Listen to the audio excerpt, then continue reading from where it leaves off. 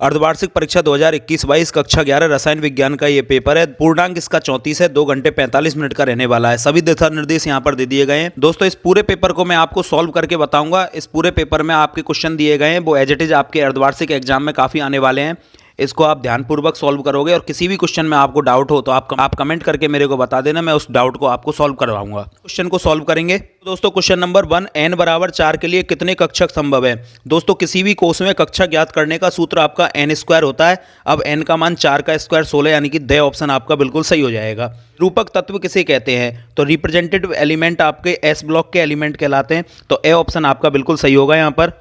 Question number 3, alkene का सामान्य सूत्र क्या होता है, तो एल्कीन का सामान्य सूत्र आपका CnH2n होता है, तो से ऑप्शन आपका बिल्कुल सही हो जाएगा यहाँ पर। यदि एल्केन पूछता तो CnH2n+2 हो जाएगा और एल्काइन पूछता CnH2n-2 हो जाता, लेकिन एल्कीन पूछा है तो से ऑप्शन बिल्कुल सही होगा। क्वेश्चन नंबर 4 है 0.0025 में सार्थक अंकों की संख्या क्या होगी। तो दोस्तों हम जानते हैं यदि किसी संख्या से पहले कोई जीरो आता है तो उसे सार्थक अंक में गिना नहीं जाता है, इसलिए इसमें केवल 2 ही सार्थक अंक होंगे, तो से ऑप्शन आपका बिल्कुल सही हो जाएगा। क्वेश्चन नंबर 4 कह रहा है निम्नलिखित में से किस अणु का द्विध्रुव आघूर्ण सबसे ज्यादा होगा। तो हम जानते हैं CO2 अणु आपका जो होता है वो रेखीय होता है और इसमें द्विध्रुव आघूर्ण 0 हो जाएगा क्योंकि सदिश योग नहीं हो पाता है। CH4 की आकृति आपकी चतुष्फलकीय होती है, लेकिन यदि हम इस तरह से निकालें इसको तो यहाँ पर कार्बन की विद्युत ऋणता ज़्यादा है, तो सभी वेक्टर आपके कैंसिल आउट हो जाएंगे, तो इसका द्विध्रुव आघूर्ण भी आपका 0 हो जाएगा। अब NH3 की और NF3 की यदि हम बात करें तो NH3 और NF3 में से जो NH3 की संरचना होती है ये आपकी पिरामिडी संरचना होती है, और पिरामिडी संरचना में जो नाइट्रोजन की विद्युत ऋणता है वो ज़्यादा होती है, और यहाँ पर लॉन पेयर में ऊपर भी इलेक्ट्रॉन अट्रैक्ट होंगे, तो यहाँ पर सभी सदिश योग हो जाएगा। और NF3 में फ्लोरीन की ज़्यादा होने के कारण सदिश योग पूर्ण रूप में नहीं हो पाएगा, वेक्टर कैंसिल हो जाएंगे, तो NH3 का द्विध्रुव आघूर्ण आपका सबसे ज़्यादा होगा। नेक्स्ट क्वेश्चन है दोस्तों द्रव्य की मुख्यतः कितनी अवस्थाएं होती हैं। तो वैसे तो हम बात करते हैं तो 5 अवस्थाएं मानी जाती है, लेकिन मुख्यतः द्रव की 3 ही अवस्थाएं होती हैं, ठोस, द्रव और गैस, तो यहाँ पर से ऑप्शन आपका बिल्कुल सही होगा। थर्मस फ्लास्क में रखी हुई बर्फ क्या होती है। तो देखो दोस्तों थर्मस फ्लास्क में रखी हुई बर्फ आपका विलगित निकाय होता है। नेक्स्ट क्वेश्चन है आपका MnO2 में Mn का ऑक्सीकरण क्या होता है। तो MnO2 की बात करें हम, जिसका निकालते हैं उसे X मान लो, ऑक्सीजन पर -2 चार्ज होता है, तो 2 ऑक्सीजन पर -4 हो जाएगा बराबर 0, X बराबर +4, तो यहाँ पर +4 ऑप्शन यानी बे ऑप्शन बिल्कुल सही होगा। अगला क्वेश्चन है लिथियम के गुण किसके समान होते हैं। तो लिथियम के गुण आपके मैग्नीशियम के समान होंगे, क्योंकि लिथियम मैग्नीशियम के संग विकर्ण संबंध प्रदर्शित करता है। S ब्लॉक चैप्टर का आपका ये क्वेश्चन है। नेक्स्ट क्वेश्चन है दोस्तों आपका क्रोमियम व कॉपर का इलेक्ट्रॉनिक विन्यास क्या होता है। तो क्रोमियम का परमाणु क्रमांक आपका 24 होता है, तो इसका इलेक्ट्रॉनिक विन्यास हो जाएगा आर्गन, अक्रिय गैस, 3d5 और 4s1। ये सबसे इंपॉर्टेंट क्वेश्चन है आपका, क्योंकि ये अपवादात्मक इलेक्ट्रॉनिक विन्यास हैं। इसी प्रकार यदि कॉपर का निकालोगे तो कॉपर का परमाणु क्रमांक आपका 29 हो जाएगा, आर्गन और यहाँ पर हो जाएगा आपका 3d10 और 4s1। ये आपके अपवादात्मक इलेक्ट्रॉनिक विन्यास हैं, इनको आप जरूर करके जाएं, एज इट इज क्वेश्चन आपके मिल सकते हैं। आपसे कह रहा है निम्नलिखित समीकरण को आयन इलेक्ट्रॉन विधि द्वारा संतुलित कीजिए। तो आयन इलेक्ट्रॉन विधि द्वारा संतुलित करने के लिए सबसे पहले आप यहाँ पर क्रोमियम की ऑक्सीकरण अवस्था निकालेंगे तो 6 आ रही है, और यहाँ पर क्रोमियम की ऑक्सीकरण अवस्था 3 आ रही है, तो यहाँ से यहाँ तक जाने पर क्रोमियम 3 इलेक्ट्रॉन ग्रहण कर चुका है, और Fe+2 से Fe+3 में जाने पर यहाँ पर 1 इलेक्ट्रॉन का क्या हो रहा है, त्याग। सबसे पहले हम यहाँ पर क्या करते हैं, क्रोमियम का 1 मॉलिक्यूलर और उधर 2 मॉलिक्यूलर, तो क्रोमियम के आगे हम 2 लगाएंगे, और उसके बाद त्यागे गए और ग्रहण किए गए इलेक्ट्रॉन बराबर करने के लिए Fe वाले पद को हम 6 से मल्टीप्लाई कर देंगे, तो ये सूत्र आपका हो जाएगा Cr2O7-2 + 6 Fe+2 = 2 Cr+3 + H2O + 6 Fe+3। अब यहाँ पर आवेश को आप बराबर करने के लिए जिस ओर आवेश कम होता है उस ओर H+ आयन जोड़ोगे, और H+ आयन जोड़ने के बाद हाइड्रोजन का संतुलन करोगे, जिस ओर हाइड्रोजन कम है उससे आधी संख्या में जल के अणु जोड़ दोगे, और ये आपका समीकरण संतुलित हो जाएगा। दोस्तों क्वेश्चन नंबर 15 में KMnO4 का ऑक्सीकरण अंक निकलवा रहा है, जो कि आपका +7 आने वाला है, क्योंकि यहाँ पर पोटेशियम का +1 हो जाएगा, मैग्नीज जिसका X है, और ऑक्सीजन का -8 बराबर 0, तो X बराबर +7। K2Cr2O7 में क्रोमियम का ऑक्सीकरण अंक बताना है। K का +1 होता है, क्रोमियम 2 मॉलिक्यूल दे रखे हैं तो 2x हो जाएगा, एक ऑक्सीजन पर आपका -2 चार्ज है, तो 7 दूनी 14 बराबर 0, X बराबर आपका +6 आ जाएगा, तो क्रोमियम का ऑक्सीकरण अंक यहाँ पर +6 है। इसी प्रकार यदि आप FeO का निकालना चाह रहे हो तो जिसका निकालते हैं उसे X मानेंगे, एक ऑक्सीजन पर -2 बराबर 0, तो X बराबर +2, यहाँ पर Fe का ऑक्सीकरण अंक आपका +2 आ जाएगा। नेक्स्ट हम खंड 6 पर चलते हैं। क्वेश्चन नंबर 16 कह रहा है निम्नलिखित पर टिप्पणी लिखिए। परिरक्षण प्रभाव। परिरक्षण प्रभाव क्या होता है? आंतरिक कोश के इलेक्ट्रॉनों के लिए बाह्यतम कोश के जो इलेक्ट्रॉन होते हैं वो एक आवरण का कार्य करते हैं। इस कारण बाह्यतम कोश के इलेक्ट्रॉन पूर्ण रूपेण नाभिकीय आकर्षण बल को महसूस नहीं कर पाते हैं। इसे परिरक्षण प्रभाव के नाम से जाना जाता है। नेक्स्ट क्वेश्चन है आपका विद्युत ऋणता किसे कहते हैं? तो साजे के इलेक्ट्रॉन को अपनी ओर आकर्षित करने की क्षमता आपकी विद्युत ऋणता कहलाती है।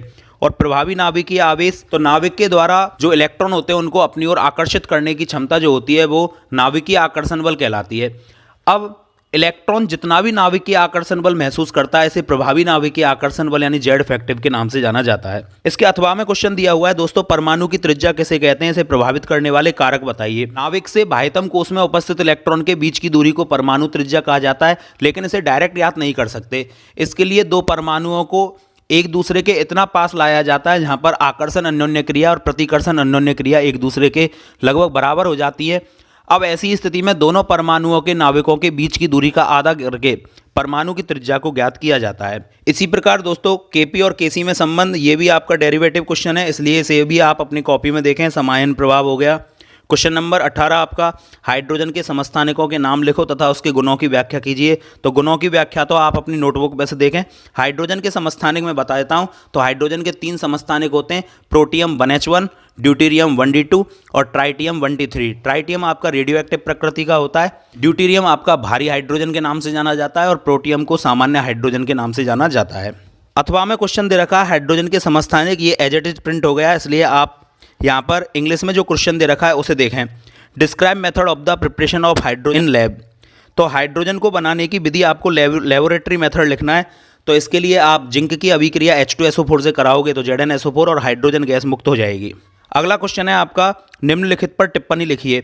इलेक्ट्रॉन स्नेही। इलेक्ट्रॉन स्नेही मतलब इलेक्ट्रॉन से स्नेह करने वाला। अब इलेक्ट्रॉन से स्नेह कौन करेगा? जिस पर खुद पर प्लस चार्ज होता है। सभी स्पीसीज जो स्वयं इलेक्ट्रॉन न्यून होती हैं, मतलब कि इलेक्ट्रॉन की कमी वाली होती हैं, मतलब जिन पर प्लस चार्ज होता है, तो वो इलेक्ट्रॉन से जाकर स्नेह करती हैं। तो इलेक्ट्रॉन स्नेही वे होते हैं जिन पर खुद के पास तो इलेक्ट्रॉन कम होते हैं और जहाँ पर इलेक्ट्रॉन की अधिकता होती है उस जगह पर जाकर वो आक्रमण कर देते हैं। Free radical.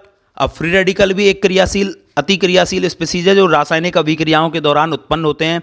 और प्रेरणिक प्रभाव। प्रेरणिक प्रभाव या इंडक्टिव इफेक्ट का मतलब क्या होता है? ये विद्युत ऋणता के आधार पर दर्शाया जाता है और कार्बन की चेन बढ़ने के साथ साथ ये कम होता चला जाता है। प्रेरणिक प्रभाव सामान्यतः 2 प्रकार का होता है, प्लस आई प्रभाव और माइनस आई प्रभाव। प्लस आई प्रभाव का मतलब होता है इलेक्ट्रॉनों को अपने से दूर भेजना, यानी कि इलेक्ट्रॉन प्रतिकर्षी समूह। और माइनस आई का मतलब होता है इलेक्ट्रॉनों को अपनी ओर आकर्षित करने की क्षमता। यदि आपको किसी भी टॉपिक में प्रॉब्लम है तो आप मेरे को कमेंट करके बताएं, मैं उस पर फुल वीडियो बनाकर भी आपको बताऊंगा। यदि आपको कोई टॉपिक समझ में नहीं आया हो तो मैं एक केमिस्ट्री का टीचर हूं, इसलिए आप बताएं, मैं उस पर एक अलग से वीडियो बनाकर भी आपको समझा दूंगा। नेक्स्ट क्वेश्चन है दोस्तों आपका आसवन किसे कहते हैं? प्रभाजी आसवन को चित्र सहित समझाइए। तो दोस्तों चित्र तो आप अपनी बुक में देखें। और आसवन क्या होता है? पहले किसी भी लिक्विड को गर्म करके वाष्प में बदलना, मतलब वाष्पन, और फिर उस वाष्प को दोबारा से ठंडा करके द्रव में बदलना, यह कहलाता है आसवन। मतलब पहले वाष्पन किया जाता है और फिर वाष्प को संघनन द्वारा दोबारा द्रव में बदला जाता है। तो वाष्प से द्रव और द्रव से दोबारा वाष्प, ये होता है आपका आसवन। अनुनाद से आप क्या समझते हैं? तो अनुनाद का मतलब होता है जब किसी अणु अथवा यौगिक के सभी गुणों को हम उसकी एक संरचना से व्यक्त नहीं कर सकते तो उसके सभी गुणों को दर्शाने के लिए उसकी कुछ काल्पनिक संरचनाएं बनाई जाती है। इन काल्पनिक संरचनाओं के द्वारा अणु के सभी गुणों को व्यक्त किया जाता है। इन काल्पनिक संरचनाओं को ही हम अनुनादी संरचना कहते हैं। इन सभी संरचनाओं की एक माध्य संरचना होती है जिसे अनुनाद संकर के नाम से जाना जाता है और इस पूरी घटना को हम अनुनाद कहते हैं। O3 तथा CO3-2 कार्बोनेट की अनुनादी संरचनाएं बनाइए। तो ओजोन की अनुनादी संरचना आपकी इस तरह से हो जाएंगी। इसमें एक कोऑर्डिनेट बॉन्ड लगाओगे आप और यहाँ पर इसके पास 3 लोन पेयर हैं और इसके पास 2 लोन पेयर हैं और इसके पास 1 लोन पेयर है। अब इसकी अनुनादी संरचना आप इसका जस्ट उल्टा कर देना, एक ऑक्सीजन पर इधर कोऑर्डिनेट आ जाएगा, इधर ऑक्सीजन आ जाएगा। तो ये आपकी ओजोन की अनुनादी संरचना है। कार्बोनेट की अनुनादी संरचना बनाने के लिए आप पहले कार्बोनेट की स्ट्रक्चर बना लें जो कि एक ट्राइगोनल प्लेनर यानी कि त्रिकोणीय समतल संरचना होती है।